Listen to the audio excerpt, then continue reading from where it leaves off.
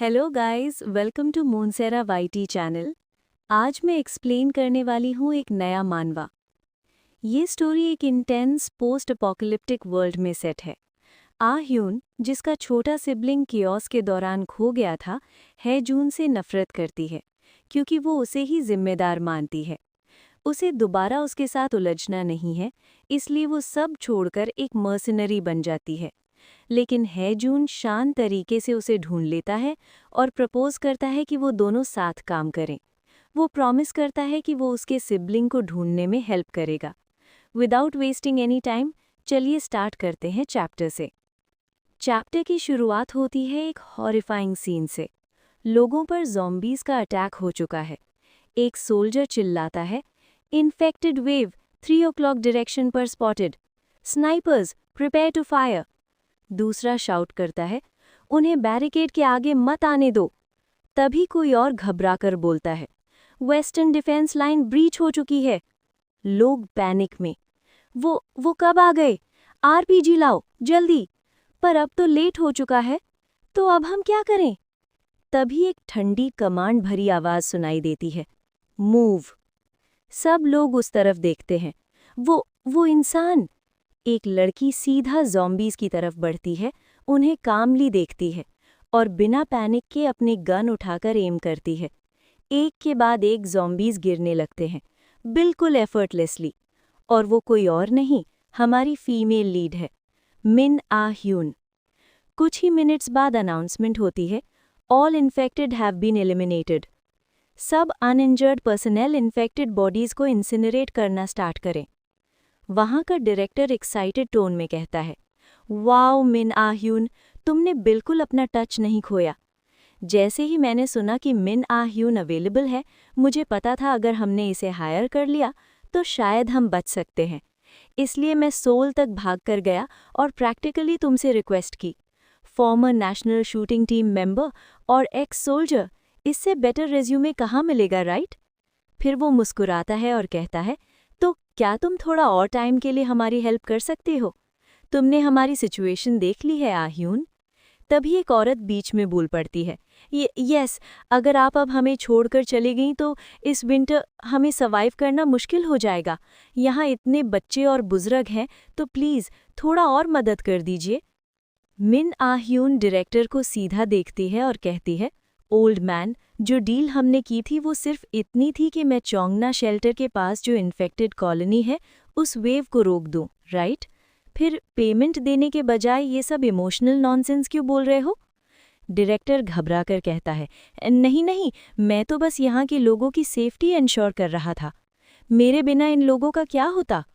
मिन आह्यून की आवाज़ और ठंडी हो जाती है, अगर तुम सच में इन्हें सेफ रखना चाहते थे तो सोल ब्रांच की बात मान लेते। उन्होंने तुम्हें अपने शेल्टर में जगह ऑफर की थी, है ना? लेकिन तुम अपना डायरेक्टर का टाइटल नहीं खोना चाहते थे, इसलिए तुमने रेफ्यूजीज़ को भड़काया और सबको यहाँ खींच लाए। और अब तुम्हें हिम्मत है लाइफ सेव करने की बात करने की? डायरेक्टर हिचकिचाता है, वो बात ऐसी नहीं थी। तभी लोग उससे सवाल करने लगते हैं, डायरेक्टर, क्या ये सच है? आपने हमसे झूठ बोला। आपने तो कहा था सोल ब्रांच ने हमें रिजेक्ट कर दिया। डायरेक्टर। डायरेक्टर पसीना पोंछता हुआ कहता है, नहीं, ऐसा नहीं है। मिन आह्यून अपनी गन सीधा डायरेक्टर की तरफ पॉइंट करती है। इनफ। उसकी आवाज़ बिल्कुल ठंडी है। पैसे अभी के अभी दे दो और मुझे चीट करने का सोचना भी मत। डायरेक्टर का चेहरा सफ़ेद पड़ जाता है। मिन आह्यून बिना एक सेकंड वेस्ट किए जीप में बैठ जाती है। जीप के अंदर युंगचोल पूछता है, तो पैसे मिल गए? मिन आह्यून शॉर्ट रिप्लाई देती है, मिल गए। युंगचोल हंसी रोक कर कहता है, मिन आह्यून, देखो तुम्हें अब टाइम पर पेमेंट कलेक्ट कर रही हो, बिल्कुल रियल मर्सनरी बन गई हो, प्राउड फील हो रहा है।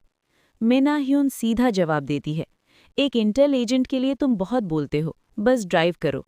युंगचोल हल्का सा टीज करते हुए, जी। मिन आह्यून नरेशन में कहती है, दुनिया ख़त्म हुए 4 साल हो चुके हैं। लोग अलग अलग थ्योरीज देते हैं कि एंड क्यों आया। कुछ कहते हैं ग्लेशियर्स पिघलने पर एक वायरस रिलीज हुआ, आर्कटिक एक्सपीडिशन टीम इन्फेक्टेड हो गई और फिर वो वायरस पूरी दुनिया में फैल गया।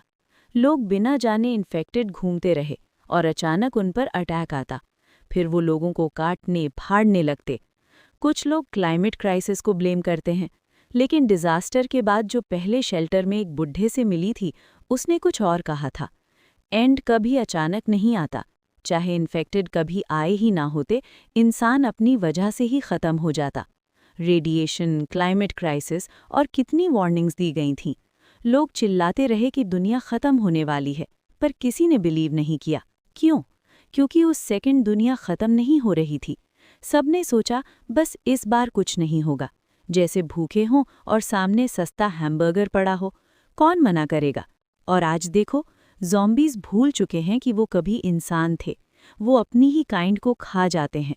वो हमें खा रहे हैं जैसे हम कभी काउज और पिग्स को खाते थे। अब हम प्रेडेटर नहीं रहे, हम प्रे बन चुके हैं। अपोकलिप्स तभी शुरू हो चुका था हमारी प्लेट्स पर। एंड की वार्निंग बहुत पहले दी गई थी, पर हम प्रिपेयर्ड नहीं थे। Flashback visuals, breaking news, Seoul के बीच रायट। लोग भाग रहे हैं, आवाज़ें, चीखें। एक बच्चा रोता हुआ, मम्मी कहाँ हो? लोग हेल्प के लिए चिल्लाते हैं। दुनिया अपने 4th विंटर में एंटर कर चुकी है। इंसान सबसे कमज़ोर साबित हुआ। जीप के अंदर योंगचोल कांपते हुए बोलता है, बहुत ठंड है, विंडो बंद करो, मैं फ्रीज हो जाऊंगा, ये खिड़की खुली क्यों है? मिना-ह्यून उससे देखती है, तुम मैनेज कैसे करते हो? गर्मी में बहुत हॉट, सर्दी में बहुत कोल्ड, एक सीजन तो झेल लो, इतने बड़े होकर भी। योंगचोल तुरंत बोलता है, योंगचोल नहीं, DI, ड्रैगन आयरन। फिर पूछता है, टैब चेक किया? नेक्स्ट जॉब पिक करनी है। मिना-ह्यून सोचकर कहती है, मुझे कुछ सिंपल चाहिए, बस इन्फेक्टेड से फाइट करना है। लेकिन डिसाइड बाद में करेंगे, एमो ख़त्म हो रहा है। योंगचोल पूछता है, कितना टाइम लगेगा रीस्टॉक में? मिना-ह्यून सीधा जवाब देती है, हार्ड टू से। फिर नरेशन कंटिन्यू होती है। दुनिया गिरने के बाद एक नई लाइन ऑफ वर्क पैदा हुई। उनमें से एक थी मर्सनरी।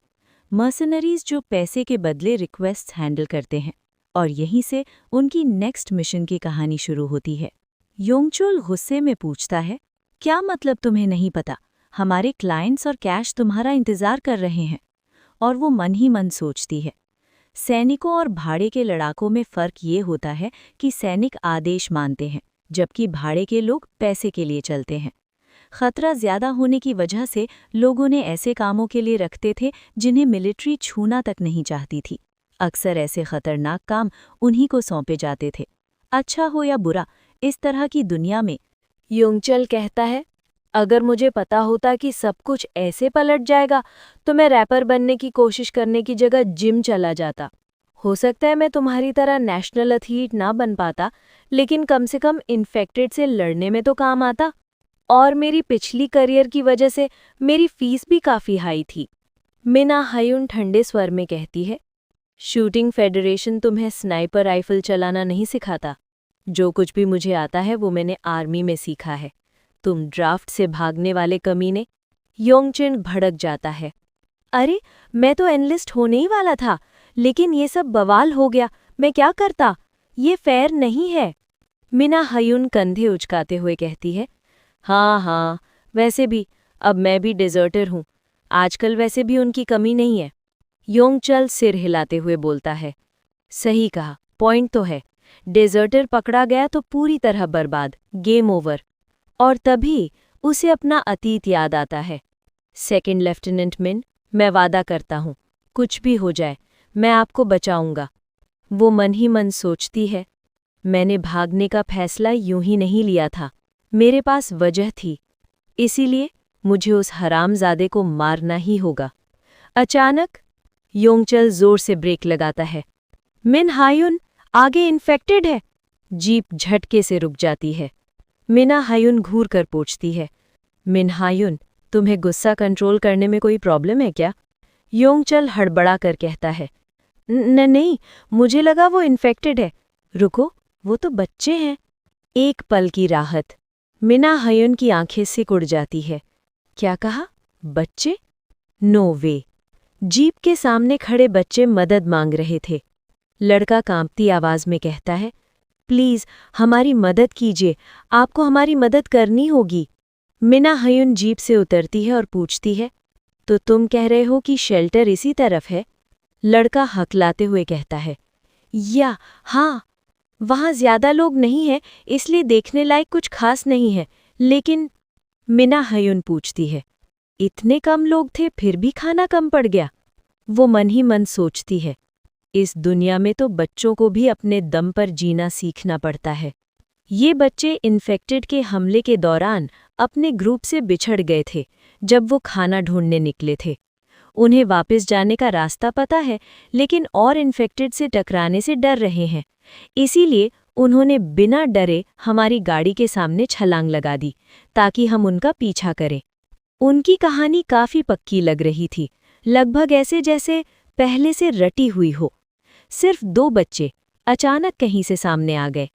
मैंने उनकी मदद करने के लिए हाँ तो कर दी, लेकिन लड़का हिचकिचाते हुए बोलता है, और खाना भी। असल में मेरी छोटी बहन बीमार है, हम उसके लिए दवा ढूंढने निकले थे। योंगचल की आवाज़ नर्म हो जाती है। बेचारा बच्चा, तुम बहुत अच्छे बड़े भाई हो। वो उसे एक चॉकलेट देता है। लो, ये उसके साथ शेयर करना। फिर आह भरते हुए कहता है, हाय, ऐसी दुनिया में सबसे ज्यादा बच्चे ही पिसते हैं। लेकिन टेंशन मत लो, अब से बस तुम अपनी बहन के साथ खुश रहना, ठीक है? मिना हयुन तीखे स्वर में बोलती है, चुप रहो, सूरज ढलने से पहले यहाँ से निकलते हैं, अंधेरा होते ही चीजें और उलझ जाएंगी। योंगचल झुंझलाकर कहता है, तुम तो बिल्कुल पत्थर दिल हो, कम से कम बच्चे को 1 मिनट तो खाने दो। लड़का घबरा कर बोलता है, नहीं, ठीक है, बस थोड़ी दूर सीधा ऊपर की तरफ है। मिना हयुन कहती है, ठीक है, चलो। कुछ मिनट पैदल चलने के बाद वे वहां पहुंच जाते हैं। मिना हयुन चारों तरफ देखकर कहती है, ओह, यहाँ तो बच्चे भी हैं। काफी समय हो गया इतना सही सलामत चर्च देखे हुए। वो सोचती है, मुझे लगा था सारे चर्च अस्थायी शेल्टर बन चुके होंगे। फिर वो पूछती है, योंगचल, तुम्हारा क्या कहना है? योंगचल बंधे उचकाते हुए कहता है, मैंने कहा ना, जो भी है, लेकिन तुम मुझसे किस बारे में राय पूछ रही हो? कोई दिक्कत है क्या? मिना हयुन तीखे अंदाज में कहती है, योंगचल, तुम इंटेलिजेंट हो, तुम्हारा दिमाग सिर्फ सजावट के लिए है क्या? योंगचल झल्ला कर कहता है, उफ, सीरियसली, अरे कितनी बार बताऊं कि ये मेरा एक्सपर्टीज एरिया नहीं है। चर्च के अंदर से कोई बाहर आया और आवाज लगाई, कौन है वहां? फिर अचानक उसकी आंखें फैल गई, जुन, येन भी तुम्हारे साथ है? ओ गॉड, थैंक यू, मुझे लगा था तुम दोनों तो गए काम से। वो दौड़कर आया और लड़के से गले लगकर बोला, मैं बहुत खुश हूं कि तुम सुरक्षित हो, सच में बहुत राहत मिली। फिर उसने हमारी तरफ देखकर पूछा, क्या आप लोगों ने हमारे बच्चों को बचाया? आपका बहुत बहुत धन्यवाद, भगवान की कृपा आप पर बनी रहे। मिना हयुन ने ठंडी नज़र से पूछा, और आप पादरी है? वो आदमी बोला, जी हाँ, मैं अयोग्य होते हुए भी यहाँ प्रायश्चित की प्रार्थना करता हूँ, और ये मैडम शायद कोई सिस्टर होंगी। मिना हयुन अचानक झुंझला उठी, आह, ये सब कितना इरिटेटिंग है, हर एक दिन इतना घटिया क्यों होता है? योंगचल घबरा गया, अरे अरे, तुम्हें क्या हो गया? पादरी के सामने? मिना हयुन ने सख्त नज़र से कहा, योंगचल, तुम अब इंटेल एजेंट कहलाने लायक नहीं रहे। फिर उसने उस आदमी को घूरते हुए पूछा, बताओ, पादरियों को टैटू रखने की इजाज़त कब से मिलने लगी? अचानक लड़कों में से एक चिल्लाया, शिट, पकड़ लिए गए, फायर! चारों तरफ से लोग उन्हें घेर लेते हैं। उस हरामखोर को मारो, लेकिन बंदूक वाली लड़की को जिंदा रखो। वो नकली पादरी बच्चों को धक्का देकर चिल्लाया, रुको मत, अंदर जाओ। योंगचल चिल्लाया, वो कमीना बच्चों को लेकर भाग रहा है। मिन आ ह्योन बोली, योंगचल, तुम उस फेक पादरी के पीछे जाओ। तो तुम्हारा क्या मिना ह्योन? ये मुझे संभालने दो, अभी जाओ। ठीक है, संभल कर। मिन आ ह्योन गुस्से में आगे बढ़ी, इधर आओ, तुम सबको मैं अकेले ही संभाल लूंगी। हमलावर उसकी तरफ निशाना साधने लगे, उस लड़के को छोड़ो, पहले इस बंदूक वाली को खत्म करो। वो पेड़ के पीछे छिपकर सोचती है, ये लोग ऐसे फायर कर रहे हैं जैसे इसी पल का इंतजार था, और जैसा मैंने सोचा था, इस दुनिया में सबसे डरावनी चीज इन्फेक्टेड नहीं, इंसान है। 4 साल बाद भी इतनी सही सलामत कैथीड्रल और 2 बच्चे अकेले सड़कों पर, शुरू से ही सब कुछ संदिग्ध था। ये लोग लुटेरे हैं, चर्च को बेस बनाकर बच्चों को चारे की तरह इस्तेमाल कर रहे हैं। कुल मिलाकर संख्या थोड़ी कम है किसी बड़े गैंग के लिए। क्या और लोग छिपे हुए हैं? कितना झंझट है। वो एक एक करके निशाना साधती है और गिराती जाती है। एक आदमी घबराकर चिल्लाता है, शिट, तुमने कहा था इसे इग्नोर कर सकते हैं, औरत है, सीधा निशाना भी नहीं लगा पाएगी। दूसरा चिल्लाया, मुझ पर क्यों चिल्ला रहे हो, मुझे क्या पता था, प्लीज मुझे छोड़ दो। मिन आ ह्योन ठंडे स्वर में बोली, मन नहीं है। वो चर्च के अंदर घुसती है। कोई डरकर पूछता है, तुम कौन हो, आखिर हो क्या तुम? ठीक है, जाने दूंगा तुम्हें, लेकिन जब सप्लाई टीम लौटेगी तुम सब मारे जाओगे, सुन रही हो? वो उसकी बातों को अनदेखा कर बच्चों की तरफ बढ़ती है।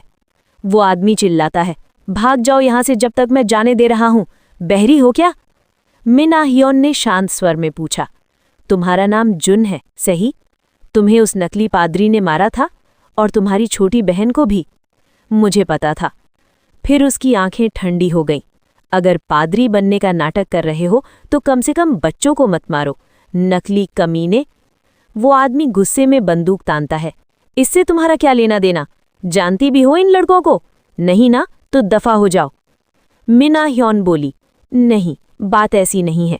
एक बड़ी बहन होने के नाते जो अपने छोटे भाई को ढूंढने के लिए जान लगा रही है, मैं उन बच्चों को अनदेखा नहीं कर सकती जिन्हें पीटा जा रहा है। वो आदमी हकलाया, छोटा भाई, तुम कहीं धाएं। गोली चली। हालेलुया।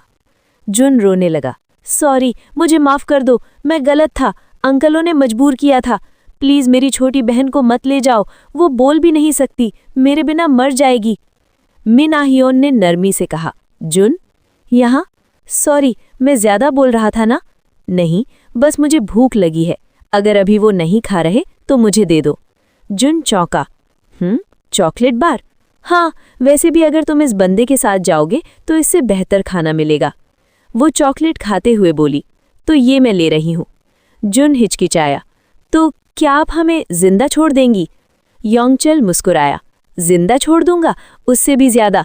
यकीन करो या नहीं, ये जनाब सियोल शेल्टर में ऊंचे पद पर हैं। वो अपना आईडी दिखाता है, सियोल शेल्टर एडमिनिस्ट्रेशन। जुन की आंखें चमक उठीं, हम भी जा सकते हैं सियोल शेल्टर? हाँ। जुन अपनी बहन को गले लगाकर रो पड़ा, येना, अब हम नहीं मरेंगे, उन्होंने कहा है वो हमारी मदद करेंगे। मिन आ ह्योन चॉकलेट खाते हुए सोचती है, बस इतना काफ़ी है। यकीन नहीं हो रहा मैं ऐसा कुछ कर रही हूँ जो मेरे स्वभाव के खिलाफ है। फिर भी उम्मीद है ये बच्चे अच्छी जिंदगी जिए। ये दया जहर बनकर लौटेगी या मिठास बनकर, पता नहीं। चर्च से बाहर निकलते वक्त योंगचल बच्चों को उठाए हुए पूछता है, ऐसे मौसम में क्या हम सच में पहाड़ से नीचे उतर पाएंगे? मिन आ ह्योन बोली, उतरना ही होगा, अगर रुके तो और लुटेरों से टकरा सकते हैं। सप्रेसर पूरी आवाज़ नहीं दबाएगा, लेकिन हमें थोड़ा समय मिल जाएगा। मैं पीछे से कवर दूंगी, तुम बस बच्चों को लेकर नीचे उतर जाओ, जितना हो सके चुपचाप। योंगचल ने भावुक होकर कहा, मिन आ ह्योन, तुम कमाल की इंसान हो, बस निकलो यहाँ से। वो मन ही मन सोचती है, इस पहाड़ पर इतने इन्फेक्टेड नहीं है, कोई हाइव भी नहीं, तो ज़्यादा खतरनाक नहीं होना चाहिए, लेकिन गारंटी नहीं कि पूरी तरह साफ हो। नीचे उतरते समय सावधान रहना होगा।